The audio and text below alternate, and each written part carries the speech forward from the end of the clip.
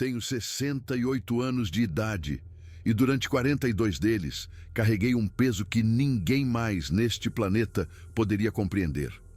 Um segredo que moldou cada suspiro e cada decisão minha. No velho galpão de madeira atrás da minha casa, escondido entre os pinheiros e abetos das montanhas Bitterroot de Montana, vivia algo que os cientistas procuraram por gerações, sem sucesso. O nome dele era Benjamin, ou pelo menos foi como decidi chamá-lo quando nossos caminhos se cruzaram de forma improvável. Benjamin era um Bigfoot, uma criatura que a maioria considera uma lenda, um mito sussurrado ao redor de fogueiras. Eu o descobri no verão de 1982, agonizando no meio do mato em uma clareira remota. Naquele exato instante, um eletricista comum de Montana, Marcus Chen, se transformou no guardião do segredo mais extraordinário do nosso tempo. Esta é a crônica dessa transformação e as razões pelas quais, depois de tanto silêncio, finalmente decidi que o mundo merecia saber a verdade.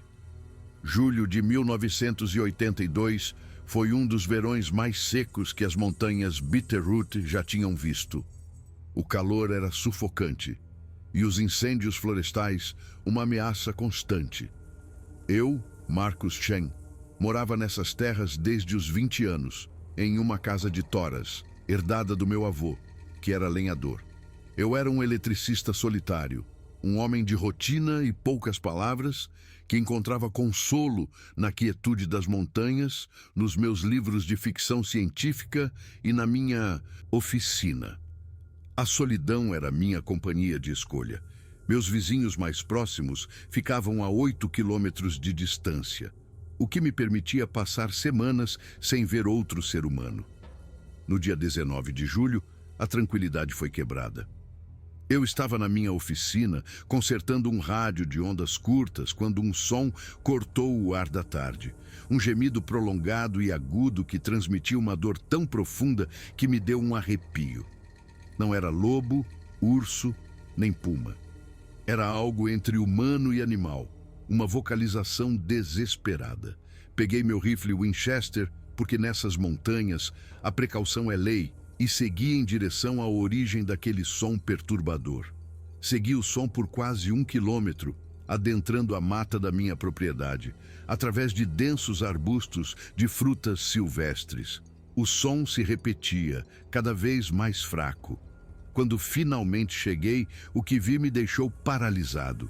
Inicialmente, pensei ser um urso negro ferido, mas, ao me aproximar, afastando os galhos de um abeto, percebi que estava olhando para algo completamente diferente, algo que não deveria existir. A criatura estava deitada de lado, perto de um riacho seco. Seu tamanho era impressionante, facilmente uns 2,5 metros de altura, se estivesse de pé, coberta de pelo longo e desgrenhado de uma cor marrom avermelhada, manchado de sangue. Os braços eram desproporcionalmente longos, os ombros largos. Mas foi o rosto que me convenceu.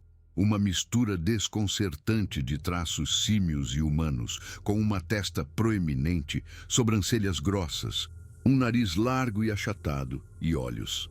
Aqueles olhos eram a coisa mais perturbadora de todas, porque neles não havia a simples consciência animal, mas algo muito mais profundo, uma inteligência que me olhava com compreensão, com medo, com uma súplica silenciosa. Um Bigfoot, um maldito Bigfoot de verdade, vivo, sangrando, morrendo na minha propriedade. Meu primeiro impulso foi correr, fugir, fingir que nunca o tinha visto. Todas as histórias de criaturas na floresta, todos os avisos voltaram à minha mente. Mas então a criatura virou a cabeça para me olhar diretamente, e naquele olhar vi algo que me deteve. Não havia ameaça, apenas uma dor terrível e uma resignação, como se esperasse que eu fosse apenas mais um perigo. Abaixei o rifle lentamente, meus movimentos deliberadamente calmos. "Tudo bem", murmurei, minha voz trêmula. "Não vou atirar em você, não vou te machucar, só me deixe ver o que aconteceu." Aproximei-me gradualmente. Sua perna direita estava presa em uma armadilha de urso antiga, do tipo proibido, mas que ainda se encontrava nas profundezas da floresta. Os dentes de metal estavam cravados fundo em sua panturrilha, a ferida infeccionada. A criatura fez aquele som de novo, mais suave, quase um lamento. Entendi que pedia ajuda. Eu já tinha ajudado animais feridos antes, mas isso era diferente. Isso era algo que a ciência oficial negava. Sua descoberta atrairia pesquisadores, autoridades federais, caçadores de troféus e transformaria minha propriedade tranquila em um circo. Mas olhando para aquela criatura sofrendo, vendo a inteligência e a dor em seus olhos, eu simplesmente não podia virar as costas e deixá-lo morrer. Certo, eu disse. Vou te ajudar, mas preciso de algumas ferramentas. Não se mexa, eu vou voltar. Prometo que vou voltar. Corri de volta para casa, minha mente a mil. Reuni minha caixa de ferramentas, bandagens, antisséptico, uma garrafa de vodka barata e cobertores. Quando voltei, a criatura ainda estava lá, me observando com o que só posso descrever como uma esperança cautelosa. Isso vai doer, avisei, ajoelhando-me. Mas se não tirarmos isso, a infecção vai te matar. Derramei vodka em minhas mãos e na armadilha. A criatura enrijeceu, emitindo sons de angústia, mas não se afastou. Levei quase 2 horas de trabalho constante, com minhas mãos sangrando, antes de finalmente conseguir soltar sua perna. O dano era severo, lacerações profundas, infecção avançada com pus amarelado, a área quente ao toque. Limpei as feridas com o resto da vodka, o que provocou um rugido que assustou os corvos. Apliquei antisséptico e enfaixei a perna. Você não pode ficar aqui, eu disse exausto. Os predadores vão te encontrar ou a infecção vai piorar. Você precisa de um lugar seguro para se recuperar. Consegue andar? A criatura tentou se levantar, mas desabou com um gemido de dor. A perna não aguentava nenhum peso. Olhei ao redor da floresta, calculando as opções. Se eu o deixasse aqui, ele morreria. E se outra pessoa o encontrasse, minha vida tranquila acabaria. Tomei uma decisão que alteraria permanentemente o curso da minha vida. Meu galpão, eu disse, não é tão longe. Posso te ajudar a chegar lá, mas você tem que tentar se mover comigo, entendeu? A criatura me encarou. Então, incrivelmente, acenou com a cabeça, um gesto tão claramente humano que senti minha compreensão da realidade vacilar. O que se seguiu foram as 4 horas mais exaustivas da minha vida. A criatura, que pesava entre 270 e 320 quilos, não conseguia andar, mas podia se arrastar usando seus braços enormes. Eu a ajudava como podia, dando apoio, palavras de encorajamento. Nos movíamos a um ritmo dolorosamente lento. Quando finalmente chegamos ao meu galpão, o sol estava se pondo. O galpão era uma estrutura sólida de 9 por 6 metros, com um sótão. Rapidamente limpei um espaço, empilhei feno velho para criar uma superfície macia. Fique aqui, eu disse. Vou trazer água e comida, e precisamos manter você escondido. Ninguém pode saber que você está aqui. Entende como isso é importante? A criatura me olhou com aqueles olhos inteligentes e fez um som baixo e suave. Depois, novamente, acenou deliberadamente. O gesto era tão claro, tão intencional, que me deixou sem fôlego. Meu Deus, murmurei. Você realmente entende o que estou dizendo. Passei aquela noite inteira indo e vindo, trazendo baldes de água, cobertores e comida.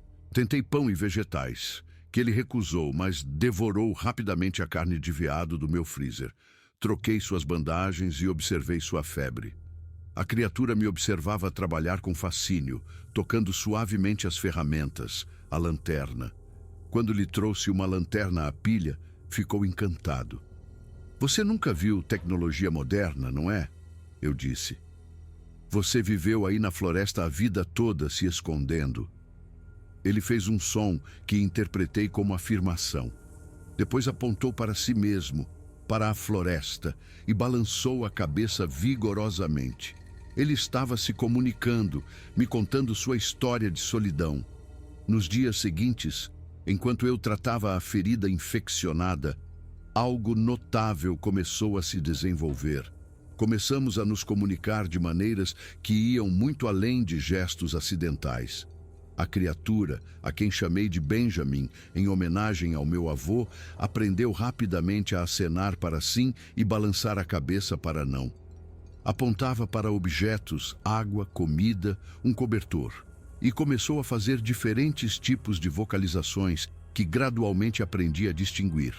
Um grunhido baixo significava dor, um som mais agudo indicava fome, e um tipo particular de vocalização suave, que com o tempo entendi que significava gratidão ou afeto. No final da primeira semana, a infecção de Benjamin estava diminuindo graças aos antibióticos que consegui com um veterinário, fingindo que eram para um cachorro grande. A perna estava cicatrizando, embora lentamente, e Benjamin conseguia se sentar e se mover um pouco. E a essa altura, eu havia tomado outra decisão crucial. Mesmo depois que Benjamin se curasse completamente, eu não poderia simplesmente deixá-lo voltar para a floresta. Ainda não. Talvez nunca. Porque apenas 5 dias depois de tê-lo encontrado, recebi uma visita inesperada. 2 homens que se identificaram como agentes do serviço florestal apareceram na minha porta, perguntando se eu tinha visto ou ouvido algo em comum. Eles haviam recebido relatos de sons estranhos, vocalizações que não correspondiam a nenhuma fauna conhecida, pegadas grandes. Eu disse que não tinha visto nem ouvido nada, mas a ansiedade se instalou no meu estômago. Alguém havia relatado algo e o governo estava investigando. Eu tinha ouvido rumores sobre agentes federais procurando por Bigfoot, sobre criaturas sendo capturadas. Eu não podia arriscar. Então Benjamin ficou no meu galpão. E à medida que os dias se transformaram em semanas e os meses em anos, algo completamente inesperado aconteceu. Nós nos tornamos amigos de verdade. Uma amizade genuína entre 2 seres inteligentes que se encontraram em circunstâncias extraordinárias.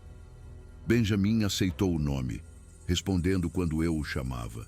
Sua inteligência era espantosa. No final do primeiro mês, ele havia aprendido dezenas de gestos. Entendia conceitos como esperar, ficar quieto, perigo. Compreendia que precisava ficar escondido durante o dia e nunca fazia barulhos altos quando o sol estava a pino.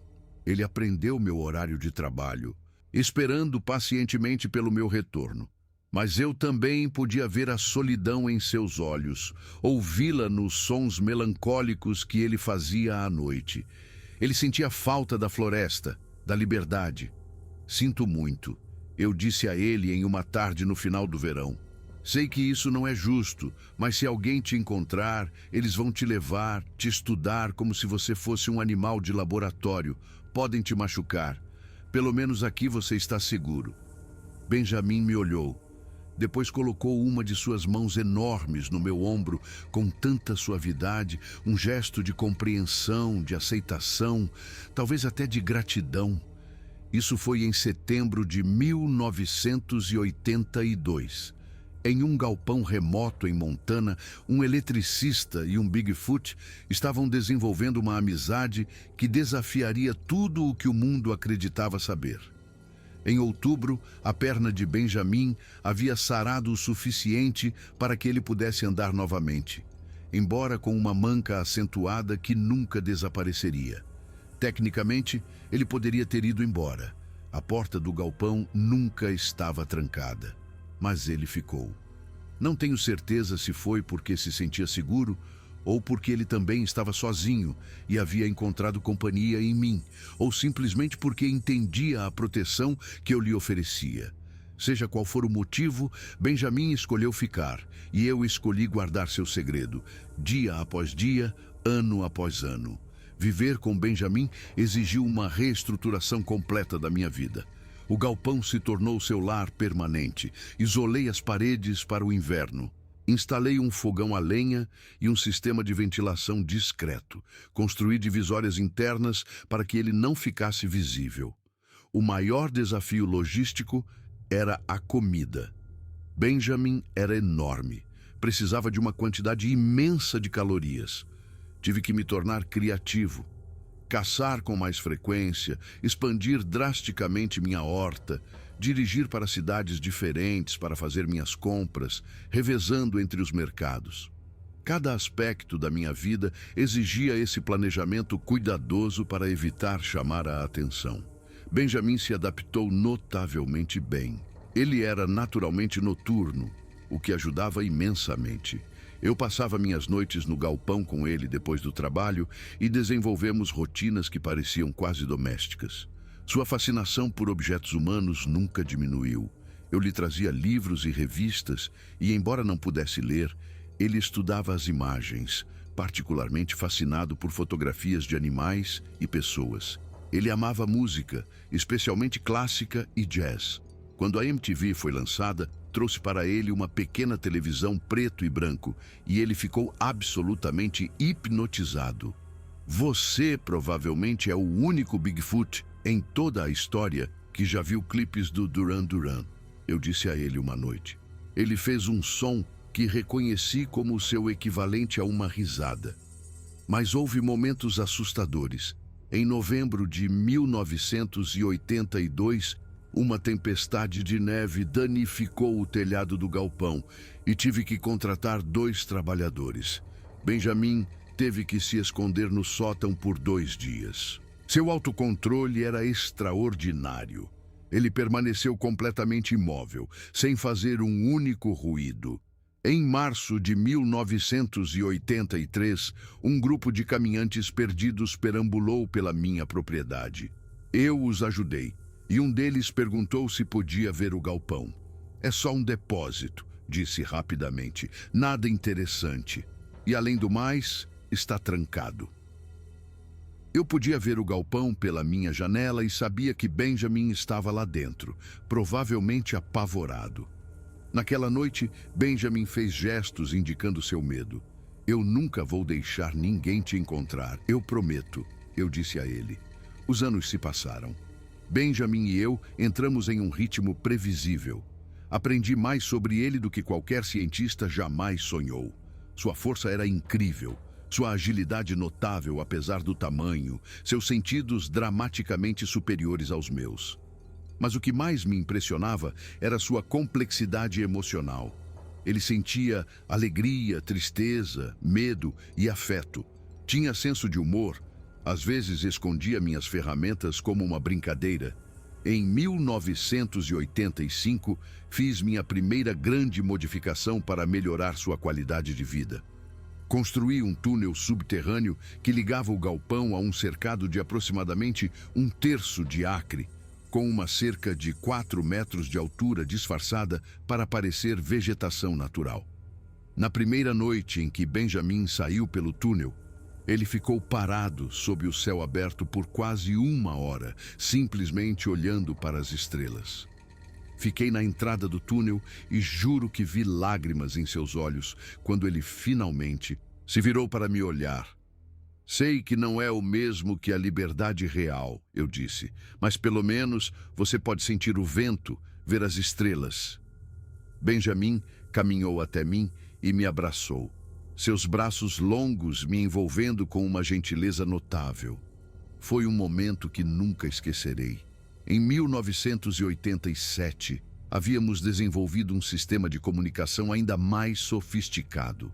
Eu criei um conjunto de fichas ilustradas, centenas delas, com desenhos simples, representando objetos, ações, emoções, conceitos.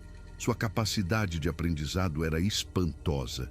Em poucos meses, ele conseguia usar as fichas para comunicar ideias complexas, apontando para sequências para formar frases básicas.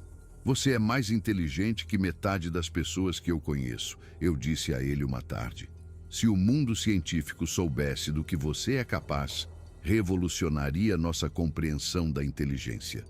Mas era exatamente por isso que o mundo não podia saber. Os sustos continuaram. Em 1988, uma equipe de pesquisa de lobos quis colocar armadilhas fotográficas na minha propriedade. tive que recusar, prezando minha privacidade. Nos anos 90, os valores dos imóveis na região aumentaram e um corretor persistente me ofereceu somas cada vez maiores. Não está à venda, respondi firmemente. Esta terra foi deixada pelo meu avô e ficarei com ela até morrer.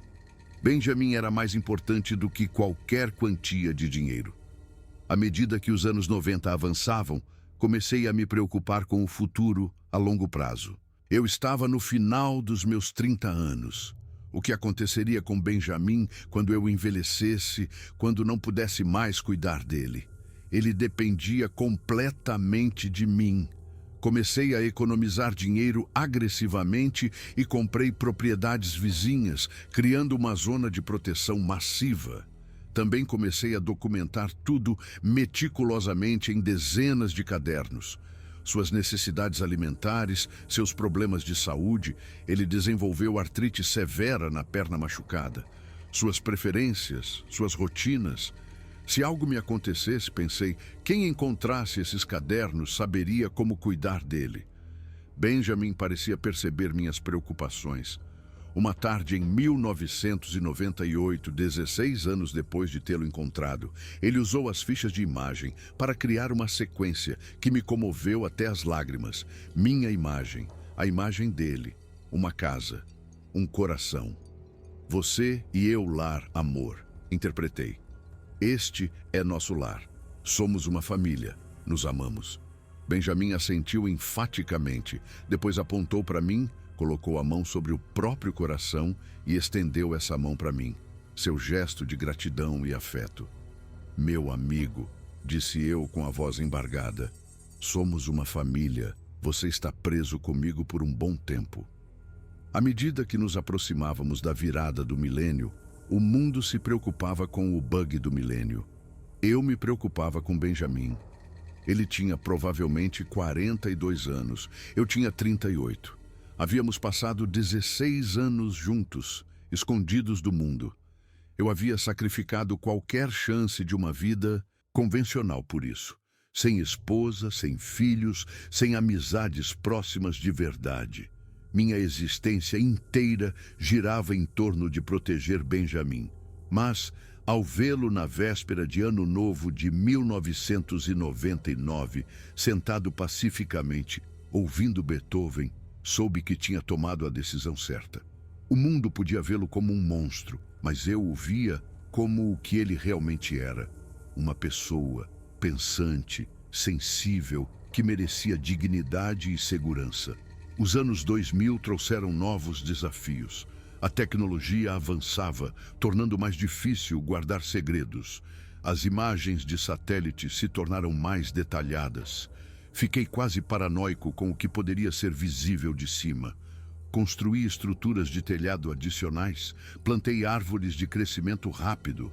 O mundo está ficando menor, eu disse a Benjamin em 2006. Temos que ser mais cuidadosos do que nunca. Benjamin, agora na casa dos 40 e tantos anos, assentiu lentamente. Seu pelo começara a mostrar fios grisalhos. A artrite em sua perna o incomodava mais. Eu tinha 44 anos e também sentia minha idade. Em 2007, tomei uma decisão que me aterrorizou, mas que parecia necessária. Eu precisava de ajuda. Procurei minha sobrinha Sarah Chen, uma bióloga da vida selvagem, brilhante e compassiva. Convidei-a para me visitar. Em seu quarto dia, decidi arriscar. Sarah, eu disse, preciso que você me prometa uma coisa. Você nunca pode contar a ninguém sobre isso. Depois de sua promessa, levei-a ao galpão. Benjamin estava em seu cercado. Quando Sarah o viu, ela literalmente caiu para trás, em choque. Que diabos, ela sussurrou. Isso é impossível, um Bigfoot. O nome dele é Benjamin, eu disse calmamente. Eu o encontrei em 1982 e o tenho protegido desde então, há 25 anos. Sarah levou quase 2 horas para processar o que estava vendo. Ela fez centenas de perguntas. Gradualmente, À medida que as horas passavam e Benjamin relaxava, ela começou a entender a magnitude do meu segredo. Tio Marcus, ela disse finalmente, você entende o que isso significa? Esta é potencialmente a descoberta zoológica mais importante da história humana. Os cientistas... Eles o prenderiam, interrompi. O estudariam como um animal de laboratório, tirariam toda a sua dignidade. Benjamin é uma pessoa, não um espécime. Sarah passou o resto da semana conhecendo Benjamin. Quando foi embora, ela entendia por que eu havia guardado o segredo e prometeu ajudar. Ter Sarah sabendo foi tanto um alívio tremendo quanto uma nova fonte de ansiedade. Mas à medida que os anos passaram e ela manteve sua palavra, visitando regularmente, soube que tinha tomado a decisão certa. Em 2008, Benjamin tinha cerca de 51 anos. Nós dois estávamos desacelerando. Mas aquele ano trouxe uma crise que quase me fez perdê-lo. Em outubro, Sarah notou que Benjamin estava se movendo de forma estranha, respirando com dificuldade. Tio Marcus, algo está errado, disse ela urgentemente. Benjamin estava ofegante, lutando para respirar. Acho que é pneumonia, eu disse, sentindo pânico. Não posso levá-lo a um veterinário, não posso chamar um médico. Sarah pensou rápido. Conheço alguém, a doutora Jennifer Hayes, uma veterinária de vida selvagem. Ela trabalha com animais grandes, é discreta. Deixe-me ligar para ela. A doutora Hayes chegou na manhã seguinte, acreditando que vinha tratar um grande animal exótico. Quando viu Benjamin, ficou completamente imóvel, seu rosto passando por choque, incredulidade, espanto, medo. Isso não é possível, ela sussurrou. Ele é real e está morrendo, eu disse. Você pode ajudá-lo, por favor? A doutora Hayes se recuperou rapidamente. Seu diagnóstico foi pneumonia severa. Ele precisa de antibióticos fortes, suporte respiratório. Preciso monitorá-lo de perto por pelo menos 2 semanas. Tratamos Benjamin por 3 semanas intensivas. A doutora Hayes visitava diariamente. A febre de Benjamin cedeu no 7º dia, e no 12º dia ele estava respirando normalmente. A doutora Hayes recusou qualquer pagamento. É absolutamente extraordinário, ela me disse. Fisiologicamente, ele é semelhante aos grandes primatas, mas com adaptações únicas e fascinantes. E Marcus, ele confia em você completamente. O vínculo entre vocês dois é algo que eu nunca presenciei. Ele não é um animal, corrigi gentilmente. É uma pessoa. Ela assentiu lentamente. Sim, posso ver isso agora. Ela se tornou parte do nosso círculo de confiança. A década de 2010 trouxe mais mudanças. Fiz 54 anos em 2016 e Benjamin estava na casa dos 50 e tantos, movendo-se cada vez mais devagar. Minhas costas doíam constantemente. Benjamin e eu éramos homens velhos agora, e ambos sabíamos que nosso tempo juntos era limitado. Sarah visitava com mais frequência, agora casada com Tom, um guarda florestal. Sarah finalmente contou a Tom sobre Benjamin em 2015. Tom se integrou ao nosso círculo secreto, ajudando na manutenção da propriedade. A doutora Hayes também se tornou uma visitante regular, monitorando a saúde de Benjamin.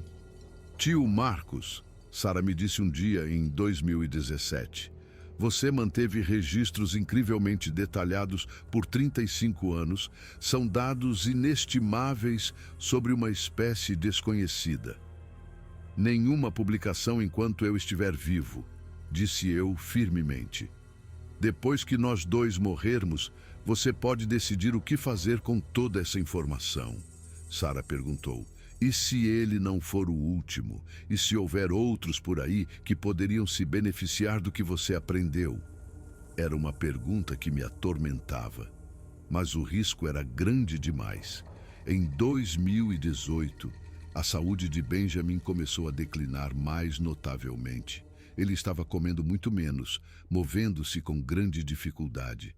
A doutora Reis me deu a notícia que eu temia. Ele está morrendo, Marcos, ela disse gentilmente.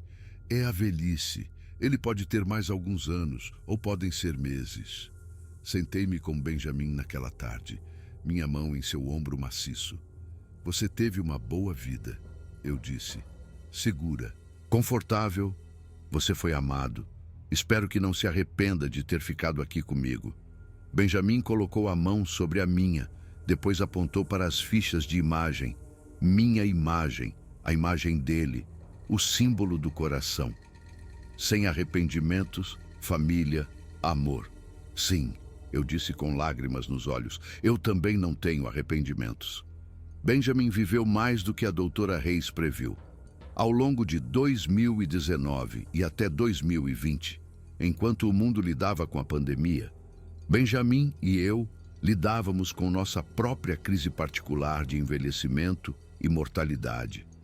O isolamento não era novidade para nós. Estávamos isolados juntos há 38 anos. A pandemia até nos ajudou, com menos pessoas visitando áreas remotas. Sarah e Tom se mudaram para uma das casas da minha propriedade para me ajudar com os cuidados diários de Benjamin. O mundo de Benjamin havia se reduzido apenas ao galpão. Ele não tinha mais forças para usar o túnel. Passava quase todo o tempo em sua cama, mas sua mente permanecia surpreendentemente afiada. Ele ainda gostava de sua música, assistia a documentários sobre a natureza e se comunicava conosco através de gestos e fichas. Em julho de 2020, fiz 58 anos. Benjamin tinha cerca de 63 ou 64. Estávamos juntos há 38 anos. Lembra quando nos conhecemos? Perguntei a ele. Benjamin fez um som suave, depois apontou para uma ficha que mostrava duas figuras juntas, depois para mim, para si mesmo, e colocou a mão sobre o coração. Irmãos, eu disse compreendendo. Ele assentiu lentamente, seus olhos brilhantes e inteligentes, cheios do que só posso descrever como o amor profundo. Em novembro de 2020, Benjamin parou de comer regularmente. A doutora Reis não encontrou nada agudamente errado, apenas a falência geral dos sistemas. Ela aumentou seus analgésicos.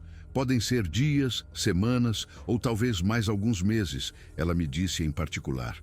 Mas, Marcos, você precisa se preparar mentalmente e precisamos discutir o que acontece depois. Depois, repeti entorpecido. O corpo dele, Marcos, não podemos simplesmente enterrá-lo na floresta. É cientificamente importante. Eu prometi a ele segredo, prometi proteção, eu disse. Como posso trair isso mesmo depois que ele se for? Você prometeu proteção enquanto ele estivesse vivo, disse a doutora Reis. Depois, essa promessa muda. O mundo merece saber que essas criaturas existiram. Sarah acrescentou. Quando ele se for, você não acha que a história dele merece ser contada? O governo virá, eu disse. Eles levarão o corpo dele, levarão todos os meus cadernos, classificarão tudo como sigiloso. Não se nós controlarmos a narrativa, sugeriu Tom. Que tal se documentarmos tudo primeiro, fotografias, vídeos, amostras de DNA, e então tornarmos público imediatamente após o falecimento dele, de forma tão ampla e pública que o governo não possa abafar o caso? Isso é perigoso, alertou a doutora Reis. Marcos pode enfrentar consequências legais. Eu tenho 58 anos, eu disse. Eu vivi minha vida. Se contar a história de Benjamin me custar minha liberdade ou minha propriedade, talvez seja um preço que valha a pena pagar. Ele merece ser lembrado como mais do que uma lenda. Passamos o inverno de 2020 e a primavera de 2021 nos preparando. A doutora Reis tirou centenas de fotografias de Benjamin. Sarah e Tom gravaram vídeos de Benjamin se comunicando. A doutora Reis coletou amostras de DNA. Organizei meus cadernos. Era a documentação mais completa da existência de um Bigfoot já compilada. Benjamin parecia entender o que estávamos fazendo. Ele cooperava. Parecia até se esforçar para demonstrar suas habilidades de comunicação para as câmeras. Porque ele sabe que está morrendo, eu disse a Sarah, e acho que em algum nível ele quer ser lembrado, quer que sua espécie seja conhecida. Em 8 de junho de 2021, a condição de Benjamin se deteriorou rapidamente. Nos reunimos no galpão. Benjamin estava lutando para respirar. Ele está sofrendo? Perguntei à doutora Reis. Seus pulmões estão falhando, ela respondeu. Sentei-me ao lado da cama de Benjamin, segurando sua mão enorme. Tudo bem, sussurrei. Tudo bem se deixar ir, amigo. Você lutou o suficiente. Viveu uma boa vida. Foi amado. Esteve seguro. Os olhos de Benjamin focaram em mim uma última vez. Ele apertou minha mão fracamente. Então, incrivelmente, ele vocalizou algo. Soou como Marcus. Meu nome. Estou aqui, eu disse em meio às lágrimas. Estou aqui com você, você não está sozinho. Benjamin fez um último som suave, apertou minha mão mais uma vez e então sua respiração parou. Ficamos sentados com seu corpo por horas.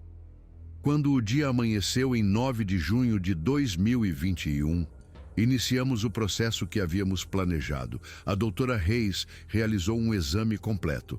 Sarah e Tom tiraram as fotografias finais. Escrevi a última entrada no meu caderno. 9 de junho de 2021. Benjamin faleceu pacificamente, aproximadamente às 2h37 da manhã, com sua família presente. Ele tinha aproximadamente 64 anos. Viveu comigo por 38 anos, 10 meses e 21 dias. O mundo perdeu algo insubstituível. Preservamos o corpo de Benjamin em uma unidade de armazenamento refrigerada. Divulgamos tudo simultaneamente em 20 de junho de 2021. A resposta foi instantânea e avassaladora. Em questão de horas, minha propriedade estava cercada por dezenas de carros de reportagem, centenas de jornalistas, veículos do governo e milhares de curiosos. A internet explodiu. Os agentes federais chegaram na manhã de 21 de junho, exigindo acesso. Eu os deixei entrar. A agente principal, a diretora Angela Martinez, examinou o corpo de Benjamin. Senhor Chen, ela disse, o senhor entende as implicações legais do que fez? Eu entendo que protegi um ser inteligente e sensível de ser capturado, respondi firmemente. Eu lhe dei uma vida de dignidade e segurança. Se isso é ilegal, então me processe. A diretora Martinez me encarou. Senhor Chen, há rumores sobre essas criaturas há mais de um século, mas nunca houve evidências conclusivas. O que o senhor fez foi fornecer uma prova absolutamente inegável. Isso vai mudar tudo. Bom, eu disse, Benjamin merece ser conhecido. Sua espécie merece reconhecimento e proteção. O senhor pode ter acabado de desencadear a maior crise antropológica e zoológica da história humana, disse ela. Eu tive 40 anos para me preparar, respondi. Os meses seguintes foram um caos. Minha propriedade se tornou um local de pesquisa. Dei centenas de entrevistas. A análise de DNA confirmou que Benjamin era uma espécie de hominídeo anteriormente não identificada, geneticamente relacionada aos humanos modernos. A comunidade científica estava dividida. Em janeiro de 2022, o governo federal classificou oficialmente a espécie de Benjamin como criticamente ameaçada de extinção. Ofereceram-me imunidade total em troca de cooperação. Eles querem que você os ajude a encontrar mais, disse Sarah. Se existem outros por aí, eu disse, eles merecem proteção real e eficaz, não apenas sigilo e negação. Mas em fevereiro de 2022, a diretora Martinez retornou com uma revelação chocante. Senhor Chen, o governo sabe da existência de populações de Bigfoot desde o final dos anos 50. Temos monitorado-os secretamente, protegendo seus habitats discretamente. Eu a encarei, sentindo uma raiva crescer. Vocês sabiam o tempo todo, eu disse lentamente. A razão pela qual suprimimos a informação não foi para negar sua existência, disse a diretora Martinez, mas para protegê-los de caçadores e cientistas excessivamente zelosos que os teriam levado à extinção. Então protejam-nos publicamente, eu disse com raiva. Parem de fingir que eles não existem. O debate público se arrastou por 2022 e 2023. Grupos ambientalistas pressionaram por proteção oficial. Filósofos debateram se uma espécie tão semelhante aos humanos deveria ter direitos legais. O corpo de Benjamin permaneceu sob custódia federal, sendo estudado. Lutei para que seus restos mortais fossem devolvidos à natureza. Em setembro de 2023, chegou-se a um acordo. Os restos de Benjamin seriam cremados e suas cinzas espalhadas nas montanhas Bitterroot. Meus cadernos e documentação seriam arquivados no Smithsonian. A cerimônia foi realizada em 1º de outubro de 2023, 41 anos e 2 meses depois que encontrei Benjamin. Levei as cinzas em uma caixa de madeira simples. Quando chegamos ao local onde o encontrei, abri a caixa e comecei a espalhar as cinzas entre as árvores. Benjamin era mais do que um espécime científico ou uma curiosidade zoológica, eu disse aos reunidos. Ele era uma pessoa, tinha preferências, emoções e memórias. Por quase 40 anos, ele foi minha família e eu fui a dele. Ele confiou em mim quando não tinha motivo algum para confiar em nenhum humano. É isso que quero que as pessoas se lembrem. Não apenas que o Bigfoot é real, mas que eles são dignos do nosso respeito, da nossa proteção e da nossa compaixão. Espalhei as últimas cinzas. Descanse em paz, amigo. Você está em casa agora, está finalmente livre. Em abril de 2024, fiz 62 anos. Benjamin se fora há quase 3 anos. O galpão agora estava vazio. Dei minha última entrevista importante em maio de 2024. Você se arrepende? O repórter me perguntou. 40 anos da sua vida dedicados a esconder e proteger Benjamin? Você se arrepende dessa escolha? Eu me arrependo de que ele precisasse ser escondido, respondi. Mas me arrependo de conhecê-lo, de protegê-lo, de amá-lo? Nunca, nem por um segundo. Espero que as pessoas entendam que há mais neste mundo do que pensamos saber, que há mistérios ainda se escondendo e que eles merecem nossa proteção, não nossa exploração. O que você diria a Benjamin se pudesse falar com ele mais uma vez? Olhei para a floresta. Eu diria obrigado. Obrigado por confiar em mim. Obrigado por quase 40 anos de companhia e amizade. Obrigado por me ensinar que inteligência, emoção e consciência não são exclusivas dos humanos, que a família pode assumir formas que nunca esperamos. E eu diria que sinto muito. Sinto muito por ter demorado tanto para contar sua história. Sinto muito que o mundo não estivesse pronto para ele. Mas, acima de tudo, eu diria o que disse a ele todas as noites por quase 40 anos. Que ele foi amado, que ele importava, que sua vida teve significado. No meu quarto, guardo uma coisa que prezo mais do que qualquer outra. A ficha de imagem favorita de Benjamin. 2 figuras de palito com um coração entre elas. Família, amor, irmandade. Era isso que éramos. É isso que sempre seremos, mesmo que ele tenha partido. Tenho 62 anos. Escondi um Bigfoot vivo do governo e do mundo por quase 40 anos. E eu faria tudo de novo exatamente da mesma forma, sem hesitar por um segundo. Porque algumas amizades valem qualquer sacrifício. Alguns segredos são guardados não por vergonha, mas por amor. E às vezes, a coisa mais extraordinária que uma pessoa comum pode fazer é reconhecer que algo extraordinário merece proteção, dignidade e respeito, não importa o custo pessoal. Esse foi o presente de Benjamin para mim. E esse é um presente que levarei comigo até o dia da minha morte.